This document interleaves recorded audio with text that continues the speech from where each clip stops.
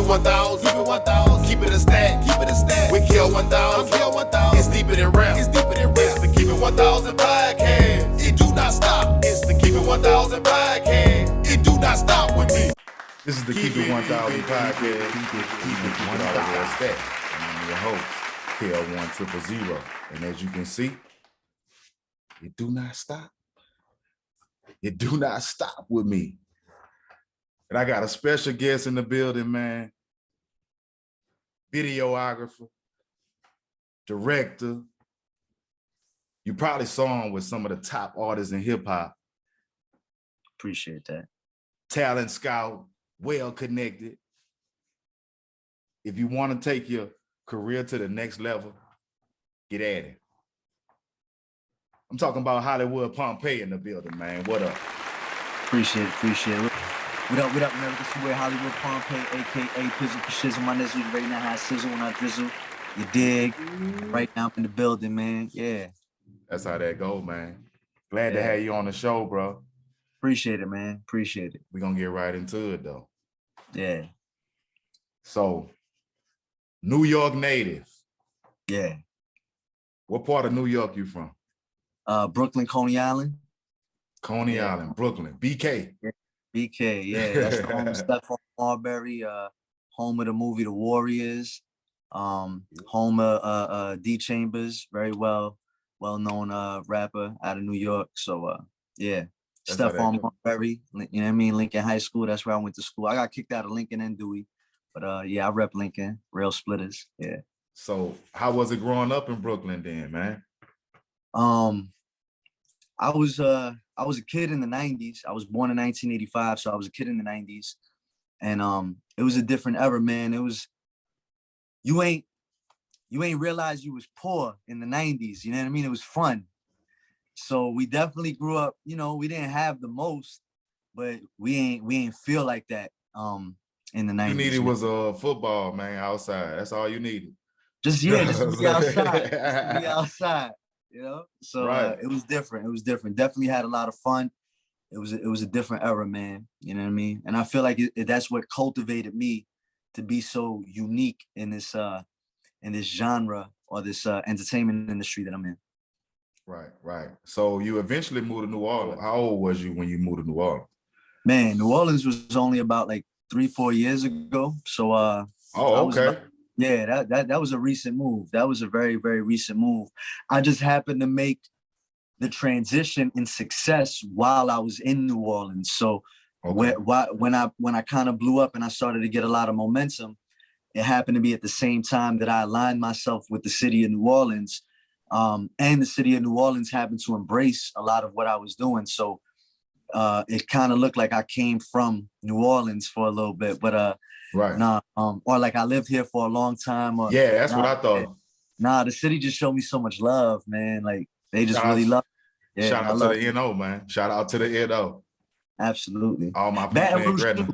Baton Rouge. I definitely connected with a couple dope artists. Actually, how I ended up living in New Orleans or in the Metairie. I live in Metairie, really, but you know I rep the New Orleans area because that's the closest city to where I live. But how I ended up down here is I met my wife. I was on tour with Lil Boosie. Boosie had signed this white boy named Angie that just kind of like disappeared off the face of the earth. But he was hot for a year. For like 1 year, he was super hot. White boy out of Boston. And we were on tour doing some promo with him, me and Carlos Brown and a couple other people. So we on Bourbon Street and some girl stops him and says, yo, my homegirl wants to talk to your friend. So we set it up. We let them talk. The whole time I'm on tour, I've never talked to no females, no nothing. The whole time I'm on tour, my mind's somewhere else. So I see this girl, man, talking, you know, setting them up. And I ask her, I'm like, yo, can I get your phone number? And 4 years later, man, I'm married to that girl. You feel what I'm saying? I live out here and, you know, this is what it is. That's how the dots connected. You know what I'm saying? Yeah. So, yeah. So we're going to go back. We're going to, go back to New York. Yeah. When you first got into hip hop, I read that your mother bought a Fugees album called The Score. Elaborate on that, man. Yeah. So to me, that's like one of the greatest albums of all time. I don't think it's biased because my mom introduced me to hip hop with that album. But I had already been hearing, you know, hip hop on the radio. But like I said, when you a kid in the 90s, around the time that the score came out, I was playing video games, Street Fighter, like, you know, there wasn't all this social media, so you didn't know a record was really out unless you were in the culture. You know what I mean? Like, you had to be in the culture, be reading these magazines, talking to certain people, because there wasn't no Google or Instagram to know that these people are dropping. Nowadays, 6, 7-year-old kids, they super fans, they know what's going on. So I felt back then you got introduced to the culture a little later in life. So you got to be a kid just a little bit longer back then than as opposed to now. So when my mom finally introduced me to hip hop, I've been hearing this thing on the radio. When she finally gave me the CD and I had my own, I had ownership of a piece of hip hop. Like, this is my thing. I can listen to it whenever I want. Nobody could dictate how I feel about it inside, when I'm listening to it, how I'm listening to it. This is my thing right here. And that shit just changed the game for me. Like, it was no more video games. There was no more nothing else. I couldn't understand how this disc could make me feel a certain type of way, or dictate to me how I want to move now, or how I want to be a man, or how I see what a man is, how I see what a woman is. And, you know, this thing painted a picture for me. And I wanted in. I wanted in. I was like, yo, this is too powerful. I need in. Music is definitely powerful, man. Yeah. You know, it touches your soul. You know what I'm saying? It gives people all kind of emotions, you know. It's deep. Yeah. The connection with music, you know what I'm saying? So that's why that album will always be so special for me. Because and I think, like I said, it's not like a Pooh album. Like, Lauryn Hill was spitting. Like, what was like your favorite song on that bit? Man, everything from beginning to end. But Mr. was one of my favorites. And it wasn't even like a rap song. It was like, I don't know if you're familiar with the Score album, but if you get a chance, I might have to go do my research and, you know, get on my history. Wyclef got a song on there called Mr. And that one was my favorite out of all of them because it wasn't rap. It was like poetry. Right. And he's saying, Mr. Can I get $5? So he's speaking from the behalf of a crackhead. So growing up, I seen them crackheads. As soon as I come out my project building on my way to school, and they saying the same thing, but he's giving you both perspectives. You feel what I'm saying? Like, he's coming from the crackhead's perspective and from the dude that's always turning down the crackhead and shit. Right. So that just made me look at life different. I was like, wow, like, how do you do that? Like, what is this? This shit ain't even rap. Like, what is this? I wanted to figure it out. So it was a puzzle for me. And then just in terms of like the lyrics, Fuji La, man. Fuji La was definitely oh, and The Mask was another one too. The Mask was a really dope one off that album. Yeah. Shout out to the Fugees, man. I definitely know who, you know, they were, but, you know, I got to get on their music, you know, get my history together, you know. Yeah, real political ties in that camp too, man. There was a lot of political stuff going on behind the scenes. You feel what I'm saying? With, like, you know, them and their political ties to Haiti and a bunch of behind the scenes stuff. Right. So yeah, it's definitely got to check that. Yeah, it's deep. It's real deep with them. So at 12 years old, you wrote a letter to P. Diddy and Mace and then sent it to the bad boy office? Yeah. Man, speak on that, man. Yeah, I was a nut-ass kid, man. I was a nut-ass kid. How did that situation go? So I had listened to the Score. I heard the Fugees album. I'm in love with hip-hop. Then I'm out with my pops one day, and he's at a client's house. My stepdad, we at a client's house, and the woman tells me to chill in the living room, and she got some CDs, and she's like, you know, you can listen to whatever you want. You can play some video games. I'm like, man, I'm off the video games. What kind of music you got? Like, I'm looking at through her music collection, and man, Mace, Harlem World. I never forget the album, baby blue cover. He got his hat backwards, cut sleeves. I'm like, yo, who is this dude? he light skinned, he a little pretty boy, he got the earrings. I'm like, man, who is this dude? Like, so I put the album on. From beginning to end, I could not get over what I was listening to. It was so different. I'm like, so Mace really, for me, Mace was like what a man from New York needed to be. Like, you know what I mean? You could either be like this grungy. There was two types of dudes to identify with in New York: a DMX type of look, which I didn't fit that profile at all. So I'm like, man, where do I fit in this hip hop thing? Like, I'm looking at what I look like in the mirror, and the closest thing to me was Mace. I'm like, Mace, this dude Mace. I put the little waves. Mace had a different hair. swag, man. He was on that fly Mace. shit, you know. Yeah, so you know, a lot of kids that were mixed, like me, I'm mixed. You know what I mean? I'm Hispanic, I'm Black, I'm mixed. A lot of kids that were mixed but didn't speak Spanish could really identify with Mace back then, because Mace was from Harlem as well, and Harlem is a very Spanish community. You feel what I'm saying? Even the Black side of Harlem, there's a lot of Hispanics even living on the Black side of Harlem, because they identify with that. You know what I mean? They're Afro-Caribbean. Some of them, like me, I don't speak no type of Spanish at all. Right. You feel what I'm saying? So you couldn't tell that by looking at me. You probably think, you know, I could speak some type of Spanish by my name and everything, but nah, I don't. And I'm almost 40 years old, and all I know is hola. You know what I mean? So Mace was that dude, because Mace was from a Spanish community. Even though he wasn't Latino, he embraced that whole Latin community as well. You feel what I'm saying? Like, just like a Puerto Rican that don't know Spanish, like me, Mace kind of moved like that. And you know, all the Spanish girls loved him, all the black girls loved him, all the Spanish kids wanted to be Mace, all the Black kids wanted to be Mace. And he just put on for the fly guy, you know what I mean? Like, for the dude that was left out for a little bit, you know what I mean? Like, you had to be a tough guy for so long. When Mace came in, you ain't have to be tough at all. Right. You're right. You know, you had to be very impressionable. That nigga Mace had that big bag at 19 too. I read something. I ain't lying. Yeah, Mace was that dude, man. Mace was that dude. Shout out to Mace, man. His image changed my life. So that what made you write the letter? Like, that day, how you was feeling? Like, man, I'm about to get at them. Like, what? Yeah, I was so in the letter, I was like, yo, bro, I'm you. Yeah. But I'm 12 years old. Like, you cannot miss. Nobody understand you like I understand you, Mace. Come holler at your boy, man. Get me out these projects. Yeah. And that didn't work. they ain't holler back. Hey, it is what it is. I don't even think Mace ever saw the letter, man, to be honest. You feel what I'm saying? So at that time, was you rapping? You was making music? Nah, I was just trying to self-identify in hip-hop. I didn't know what I was doing. I wanted to be a part of this thing.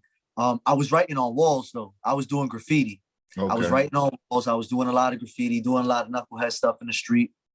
And then finally around like 15, 16, I had started to play with music a little bit. And then, you know, that's a whole different, yeah. So Hollywood Pompeii, man, how you get that name, man? Like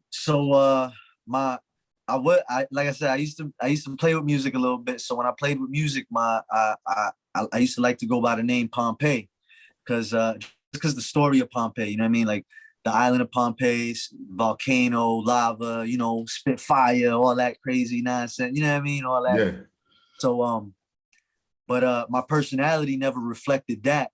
And my cousins, more so my cousin Stactonio, he always used to tell me all the time, man, you so Hollywood, bro. You so Hollywood. And he used to put the Hollywood in front of my name. Yo, man, you Hollywood Pompeii, like trying to clown me. Then one day, I'm like, man, that shit sound real fly, man. Like, Hollywood Pompeii. Like, yeah, I am Hollywood Pompeii. That's who I am. Yeah. Right. That's me in the flesh. Yeah. So yeah. You say you wasn't rapping, you got into shooting video. Yeah. So how did you start shooting video? So the real story, right? I won't sugarcoat it. I did music for a little bit. I was signed, had a couple deals, never popped, never blew. Had a couple major deals on the table, made some money, definitely got some advance money and stuff like that, but never put out a hit record. Never blew, never did anything major. You know what I mean? So for whatever reason. After that, I got back into the streets. So I had got into music to get out of the streets, and I ended up getting back into the streets because I wasn't too successful with the music. Right. But I still had a passion, and I had great relationships. I never burnt any bridges. Always maintained great relationships with everybody at the offices, all kinds of stuff, people that I met along the way. So when I met my wife, like I said, I was on tour with Boosie's people. I wasn't a videographer at that time. I was a promoter, but really I was, you know, just doing whatever I could do to make some bread and moving around with, you know, certain people or whatever the case is. So long story short, the coronavirus hit, and I had gotten into some trouble here in Louisiana, and my wife was like, "Listen, you know, I'm not. This is not the kind of life that I live. When I first met you, I thought you were legit in the music industry, because I didn't let anybody know I was in the streets. You know, I used to do a lot of stuff for free in the music industry to build up my credentials, but I was making all my money in the street. You know what I mean? But I had to eat while I'm building this resume. You know what I mean? And people don't want to pay for things in this music industry. So I learned, like, you know, you got to be willing to, if you believe in yourself, do a lot of work for free. So I did a lot of work for free, you know, just marketing, giving ideas, running around with people. However I could help out, whatever they had me do, I did it, just to be around situations, to build relationships. Because I knew one day I wanted to do something legit in the music industry once I got the bag. Just didn't know exactly what it was I wanted to do, but I always had a passion for the industry. So I got into some legal issues, and my wife told me, listen, you got to choose the streets or me. You know what I mean? So, and at the time, you know, she was really helping me get everything together. So I left the streets alone. And she was like, you know how to use a camera. I done seen you use a camera before. Why don't you pick up the camera and see what you could do with that? And I played with my iPhone for 2 months, bro. This is a true story. Played with my iPhone for 2 months. Everybody in New Orleans will tell you, man, I ran up 40 bands with my iPhone in 2 months, bro. Shooting videos, bro. I never saw that kind of money with drugs, bro, in my life. Oh, God. Because that's all profit. My wife looked me in the face and she said, who do you have to pay now? Who do you have to re-up with? Nobody. I'm like, damn, that's 40 bands straight come up, just straight come up. And I was going in, I'm talking about 10 videos a day, 15 videos a day on the iPhone, quick shit, edit, get it out, quick shit, edit, get it out. Hey, that iPhone don't look bad if you know, how to work that bit, you know what I'm saying? Yeah. So we sat down. Suppression. We didn't put none of the money in the bank, because I was just running it up. One day we counting all the money. I'm thinking maybe there's like 15, 20 bands there, something like, man, I count, we ran up $43,000. She's like, yo, you gotta go buy a camera. You gotta go buy all legit equipment. Like, go buy everything legit, LLC. I believe in you. Go invest everything you need to invest into yourself and build your brand, and stop doing shit for free for people. All that, doing everything for other people, that's done. Like, you know how to get a bag and you lit, and just go. That's how they go. I ain't lying. You ain't stopped since, huh? Nah, I ain't stopped. It do not stop with him too. You heard me? This weekend, I got a video with Fatboy SSE. Okay. On the 10th, I'll be in the 11th, I'll be in New Jersey with Fatboy SSE and Big Swap. And then right after that, I'll be at the Celebrity Boxing. You know, I got Judy, I got a couple other people that I'm shooting for, so it's gonna be lit. Making moves. Yeah. Like my next couple questions, you know, I'm gonna get into some of the people, you know, you brush shoulders with and work with. I can't name everybody, so you know, this dude didn't work with so many people. So we gonna start off with Fred Da Godson, R.I.P, man. Yeah. How you linked up with Fred Da Godson? Fred Da Godson, when I used to do music, I had bought a verse from Fred years ago. I bought a verse from Fred. Yeah. Been knowing him. So I bought a verse from Fred, never did nothing with the verse. My little brother started doing music. I started managing him. I was like, yo, bro, we should do some stuff with Fred, man. Fred always been a good dude, solid business, you know, and he's gonna bring his connects and his resources to the table. He's not one of them dudes that hold back. So me and my little brother we bought another verse off of Fred. Me and Fred talking, I'm like, yo, Fred, I'm doing different things these days. Like, I'm not doing music anymore. Like, you know, I'm playing with getting people booked, and I'm doing shows. I got a couple things going on, and I'm just playing with it. But you should let me try to bring you this bag, man. And he said, man, I'm with it. Matter of fact, look, I'm gonna do the feature and the video for your brother for the low. Whatever you want to give me, just give me that. I see what you're doing. I see you running around down south with this one and that one. if you could bring me the bag, let's get this bag. Man, me and Fred ran up a crazy bag with features, shows. I started getting crazy bookings, all kinds of stuff. And it was history after that. It was history. And So, Fred did a lot for me, man. He did a lot. Like he really stamped me. He gave me my name to connect. right, for real though. Rest in Yeah. peace to Fred Da Godson, man. Rest in peace, Fred, man. Another one, Casanova 2 times. Yeah, Cass, man. How you looking up with Casanova? Put bread in his pocket. You know, that's my approach with all these dudes, man. You know, it takes money to make money. So I had booked Cass. At this time, I'm doing shows with Fred, and I'm working on getting Fred lit. So I had some money invested in a Fred show.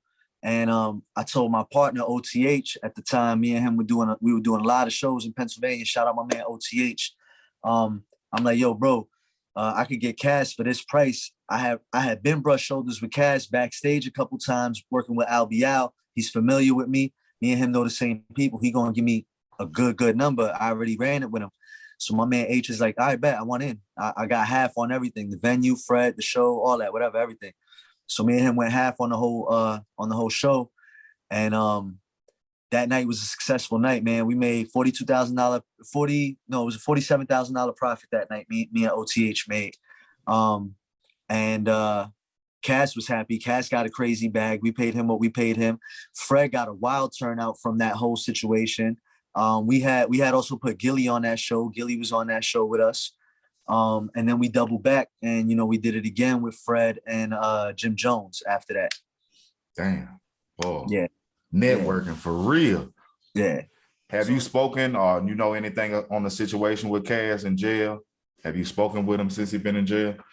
Yeah. So I spoke to Cass twice the whole time that he was up there. You know, that time, the time that he does get to speak with everybody, he wants to spend speaking with his family, with his loved ones. You feel what I'm saying? His wife, his kids, the people that he holds dear to his heart. With that whole situation, there's not really much that I could say on that situation. What I could say about that time span, though, about that particular time span in which, you know, they're accusing him of certain things, I will say that he changed lives. I will definitely say that I'm one of the lives that he changed tremendously. Cass put me in situations that would have forever changed how people in certain offices looked at me, spoke to me.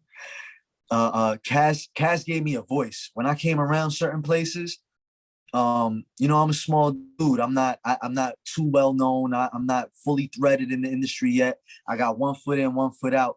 And Cass is just putting his hand on my shoulder like, yo, look, this is dude, man. And I stamp it. This is a good dude. This is a solid dude. And you're going to see a lot of him. You know what I mean? And he introduced me to a lot of big people, man. Brought me around Ugly God. Brought me around a lot of executives. His cousin is an A&R over at Columbia. I got a plug with an A&R over at Columbia because of him. I got a plug with a rep over at Rock Nation because of him. You feel what I'm saying? And not only my life, but I watched him change another kid's life from New Orleans. Like there was this kid from New Orleans, Louisiana, from the Ninth Ward. I shot a video for him one day, and I'm like, man, you really talented. I think I could get you a deal.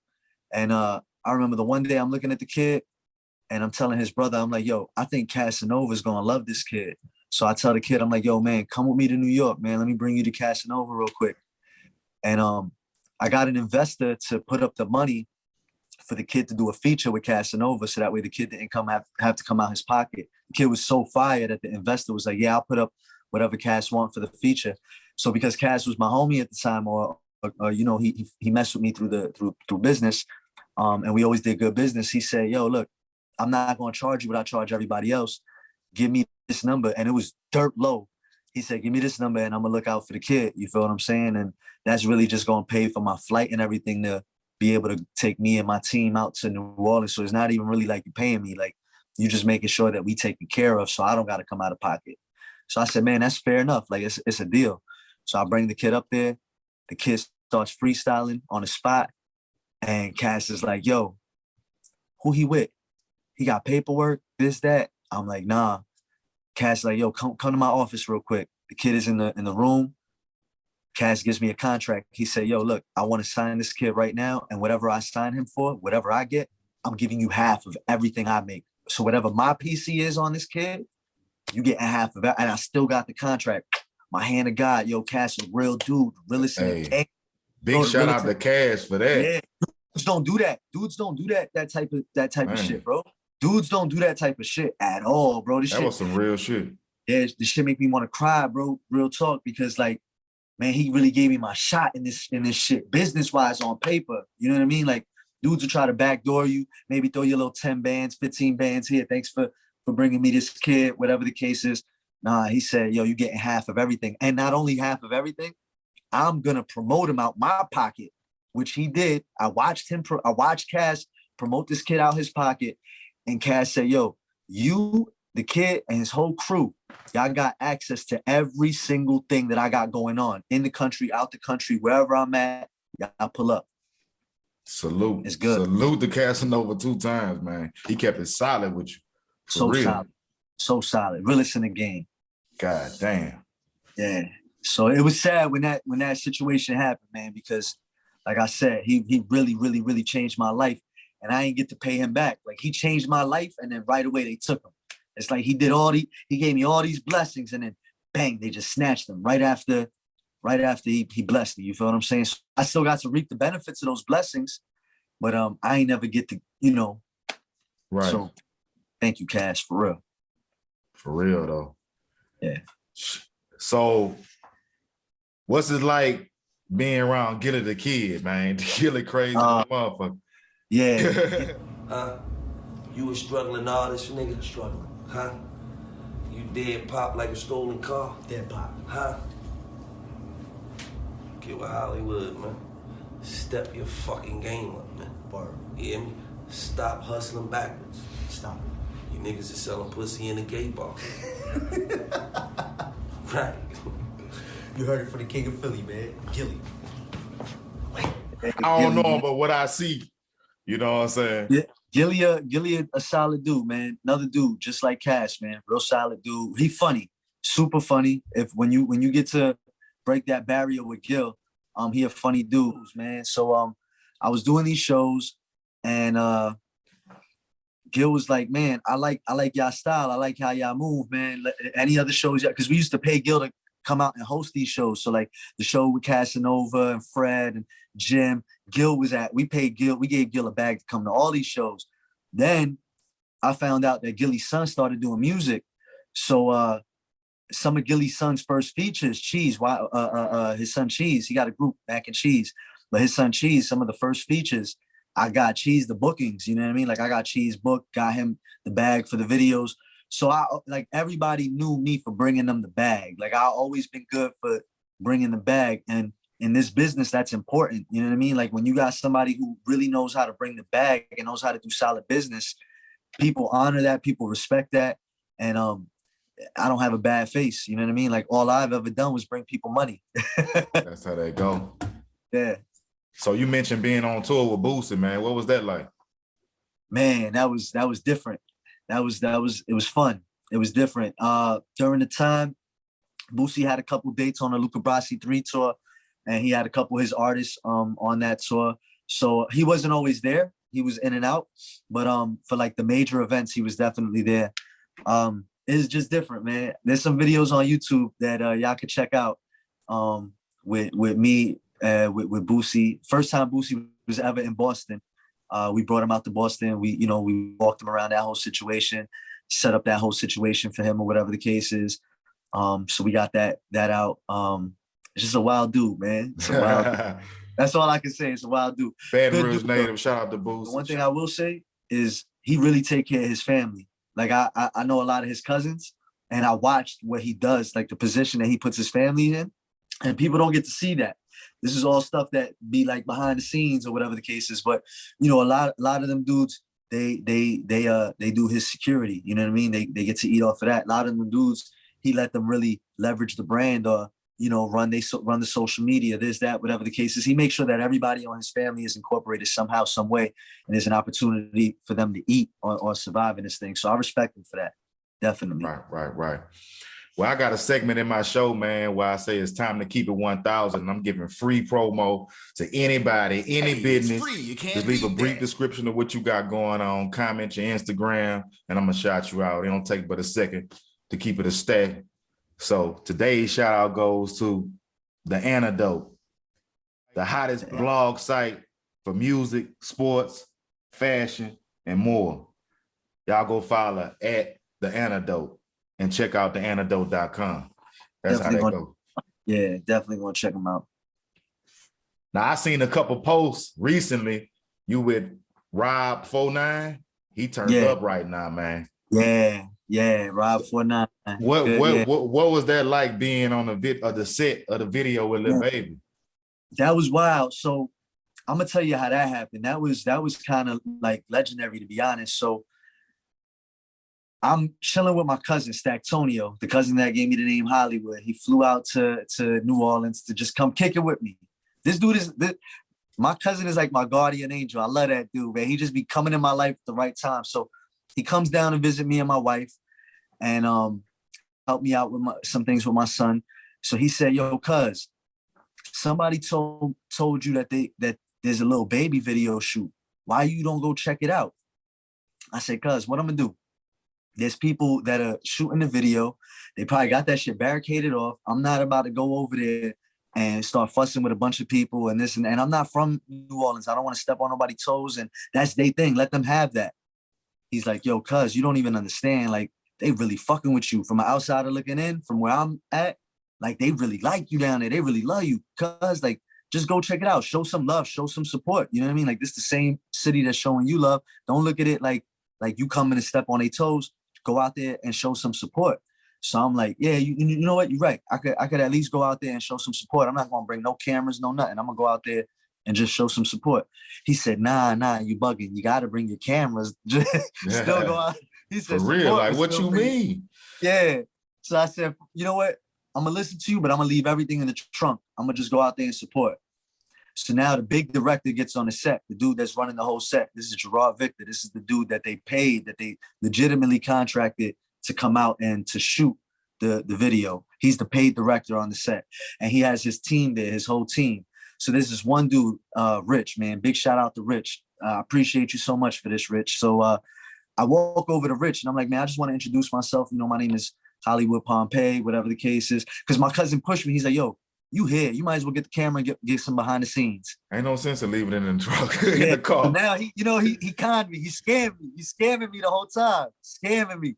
So he got me with that fast New York talk. Now I'm outside with the camera and I pull up on the director. So I'm just not looking like a weirdo holding the camera, you know, offending these dudes. I introduce myself. The one dude, Rich, says, yeah, I heard of you. Like, yeah, I heard of your name. So I pull up my Instagram and he's like, yeah, bro. He looks at the main director. He's like, yeah, bro, this dude's lit. And he hands the phone over to Gerard. Gerard looks at my Instagram. He's like, holy shit, this dude's lit. He's like, yo, nobody at all is allowed to have a camera on set except for this dude right here. Bro. Yo, they gave me all access. They said, bro, you could go anywhere. Come follow me. Be right behind me. Shadow me. Like, when Lil Baby pulls up, you could get all the B-roll, get whatever shots you want. Just don't get in the way. We got this set up like this. So now there were certain times where it got a little overwhelming and it got hectic. And I was like, you know what? I'd rather ask for forgiveness than ask for permission in a situation like this. I know what they need. It's not like I'm non-experienced. So I just started getting the shots. Like, every time that, you know, there was stuff going on and they couldn't get the shot they needed. And I was in a position to get a money shot, and it happened for a couple scenes for Lil Baby. So the shot where Lil Baby is riding around in the McLaren and it's his solo shot. I actually got that shot with my camera because Rich had to run off and get another shot because there was just something happening so quick and it was a dope shot. So he had to take the camera off Baby real quick to get that moment. And as soon as, I ran in, you know, and I put that camera right on Baby. Like, if they paid me, like if they cut me the check, and I'm there just recording comfortably, like, yeah, look. But and I told him, I was like, yo, look, this is all y'all footage. I'm not gonna try to house this, and you know, and I didn't leak none of their footage. I handled everything very professional. The end of the night, I met up with director Gerard Victor. He invited me to his hotel room. It was like 2, 3 in the morning. They had just all left the Waffle House.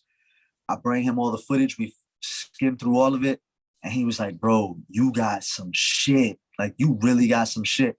So he said, yo, anytime I'm in New Orleans and I'm working, I'm definitely going to have you come out and help me out on the set, whether it's an extra camera, behind the scenes, location, you know, but I'm definitely gonna involve you. You know, it was dope working with you.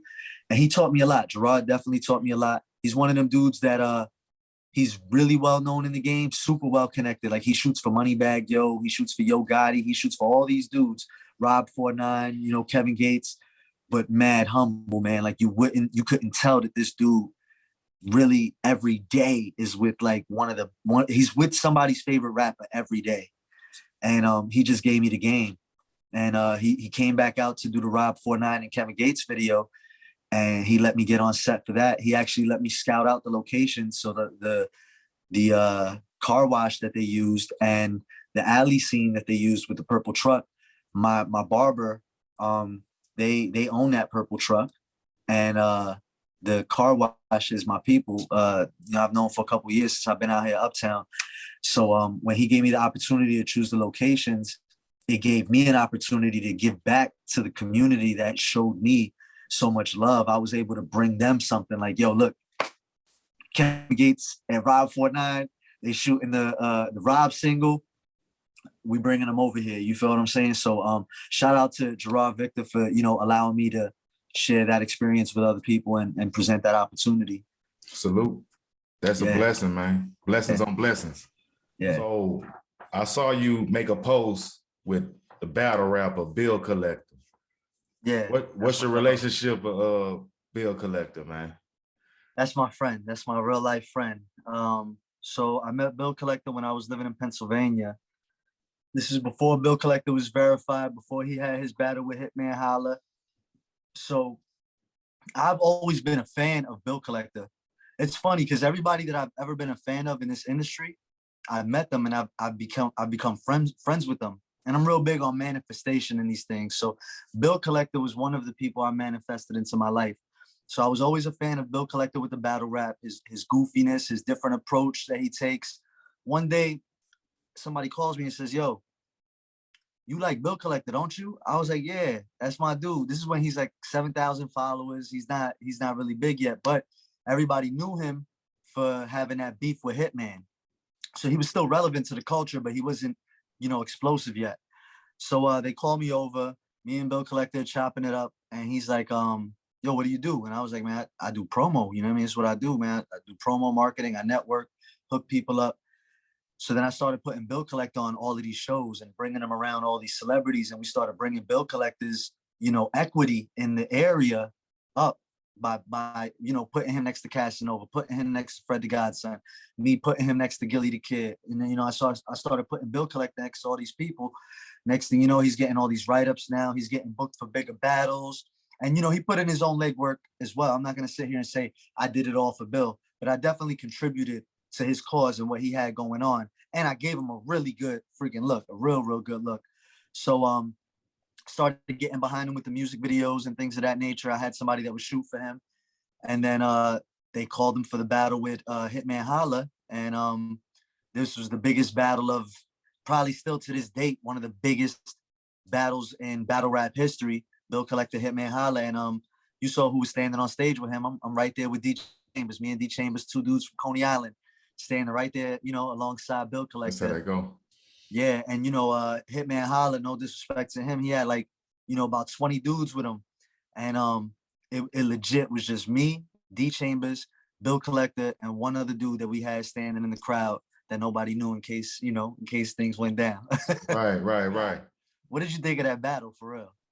I ain't gonna lie. Who do you think took that battle? For him to come on there and really speak about the situation, right? I would say him. Yeah, it was different. It was historic. The way he did it, like what happened to him, and he, you know, he stood on that and he was there and he showed up and he ain't let that beat him. Yeah, I think that one, you know what I'm saying? And it was it was a people's champ kind of situation. I feel like he dope as fuck though. Yeah. Shout out Bill Collector. Hitman was dope, but oh yeah, But Bill's story, that situation, like you said, the stars just aligned. It was the perfect time to tell that story. Shout out here, man, Holla and Bill Collector, you know. Yeah, shout out both them dudes, That's man. how that Legendary. go. Yeah. So you help a lot of artists, you know, get to the bag, you know, maybe help with their career, you know what I'm saying? So what are some of the things that an upcoming artist need to make it? I'm gonna give up the game right now. I'm gonna give it up, right? Because Rob just gave it up and people aren't paying attention. The kid Mooski, who did Track Star, he just gave it up. People ain't paying no attention. And even down to, let's take Kurt Cobain, Drinking My Cup. He gave it up and nobody paid attention. Free game on 1,000 podcasts. Let's get it. Right.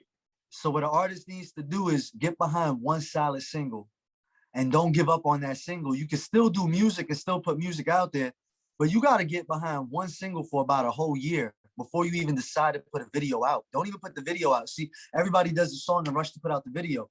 You see those videos where the artist is rapping and it's just a microphone. Right.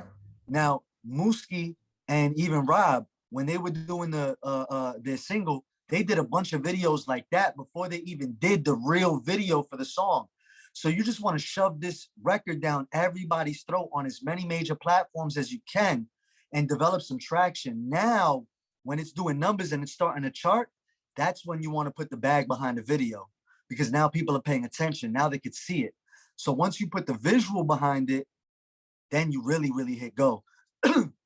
Run it up a little bit, give it about 6 months, maybe another year where you're really pushing that record nonstop, moving around, doing shows, and then get a big feature to remix it. You're gonna pull at least a year to a year and a half, maybe even 2 years of clout and longevity off of that record, to the point where every time it's played, people are singing along. It becomes one of those records. Drinking My Cup could come on 15, 20 years from now, and everybody in the club is gonna be like, I got that drink in my cup, my cup. And you just need one of those, and then you can do whatever you want in this game. But just get one of those under your belt, and you can do whatever you want, because now you have money to play with. You're gonna get paid nice off that one record, to where now you could really, a lot of these guys don't ever come back after that one record because they don't have to. It's not because they're one-hit wonders. These guys are dope. They don't gotta play the politics. The people that stick around is because they want to and they love this shit.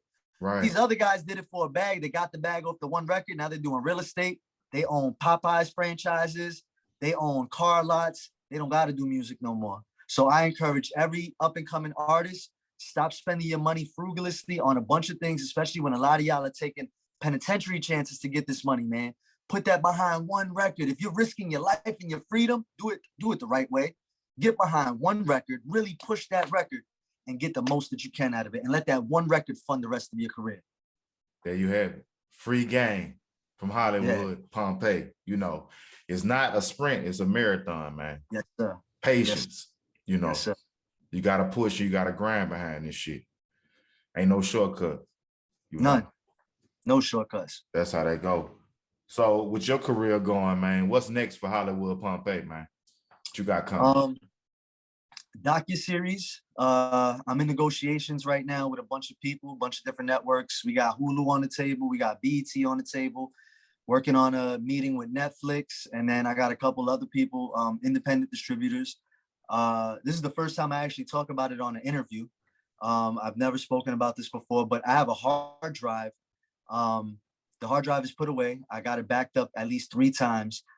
Every single person that you see me with, that I've got relationships with, that I've got a story about, I have the actual story on video. There's always a camera running, whether I'm running the camera or somebody's running the camera on me. So I have over 500 hours of, me on a personal journey with, Casanova, helping him, sort out certain situations, with Fred Da Godson before he passed away, with Al Bial before he went to the feds, with Fetty Wap before he got, his Fed indictment, with, with 3D Nazi, with this one and that. I just got so many dope people on this hard drive, and it's a story that comes with it. So we're negotiating right now with a bunch of different networks to see who bids the highest on it, and they, the people could be looking forward to a 500+ hour docuseries on Hollywood Pompeii and my journey throughout the last 10 years. Pressure. Yeah. Federal pressure. That's what I like to call it. You know what I mean? So how can these people get in touch with you? They want a consultation. They want to vibe with you. They want to get the business. They want a video shot. Website. Everybody could just hit the website, www.hollywoodpompeii.com, or Instagram. I'm probably on Instagram more than anything else. So if you want to get in contact with me direct, hit me on the gram, and hopefully I see the message. I get a lot of messages. If I don't get back to you, it's not personal. Or you could, hit the website. Everything is on the website as well. Hey, he kept it 1,000, got right back with me, man. And look, we doing this. Yes, sir. Yes, sir. The real deal. Yeah. That's how that go. So appreciate it. I always wrap up all my shows with any advice for the kids, bro, because there's a lot going on, you know what I'm saying? And I wouldn't necessarily say kids because, some of them 18, 19, 23, right. 24. The streets is, sucking them in, is murder. Right. Just any advice you got for the kids, coming up. Yeah. I'm not big on school and all of that other stuff. So I'm not going to sit here and preach all of that because it didn't work out for me. So what I will say is find something bigger than you. Definitely find something bigger than you that you don't necessarily understand, and try to understand it. So whether that's God, you know what I mean? Whether that's a mentor that's just doing better than you're doing and you don't understand how they're doing that well, but they will allow you into their life to learn that. Just find something bigger than you. You know what I mean? And once you've outgrown that situation, find something bigger than that. Keep chasing. Keep chasing goals. That's it. Goal after goal. That's it. That's how they go, man. Look, glad you came on the show, man. Hollywood Pompeii. Thank you from New York. Yes, sir. Way from New York. I feel like it's big for me. It's the first, person way from, another region and stepped on my platform. I appreciate you coming on the show, man. I appreciate you for having me, man. Thank you so much, man. It was a blessing. That's how that go. Hollywood Pompeii in the building, man. This is the Keep It 1000 podcast. Salute. Stay tuned for the next episode. That's how that go. Here you go. Bang with the camera. Boy, that camera, that boy bang.